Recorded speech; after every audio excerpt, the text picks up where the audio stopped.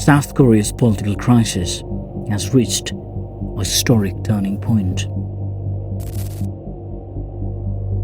On Friday, the Seoul Central District Court sentenced former President Yoon Suk Yeol to 5 years in prison, finding him guilty of obstructing the administration of justice.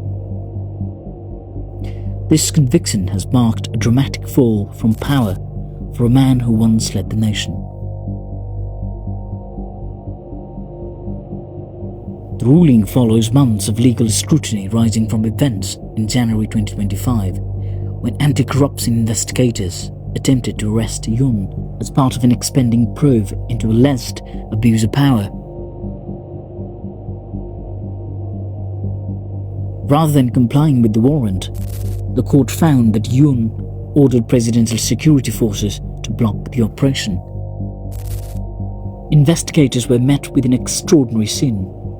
Armed guards formed human barricades, while large buses were positioned to seal off access to presidential residence. The deadlock, broadcast widely across the nation, sparked outrage and raised serious concerns about the rule of law in South Korea. In its judgment, the court concluded that Yoon had deliberately exploited state power to protect himself from legal accountability. Judges stated that he treated legal procedures as tools for personal survival, attempted to destroy potential evidence, and failed to demonstrate any sense of responsibility or remorse. However, the court stopped short of imposing a harsher sentence, noting that Yoon had no prior criminal convictions, a factor that ultimately limited the punishment to 5 years imprisonment. If one has to analyze critically, this is the first court ruling connected to Yoon's failed attempt to impose military rule, an episode that shook South Korea's democratic foundations and prompted mass protest nationwide.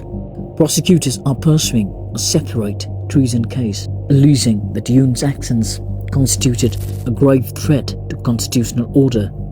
In that case, they are seeking the death penalty.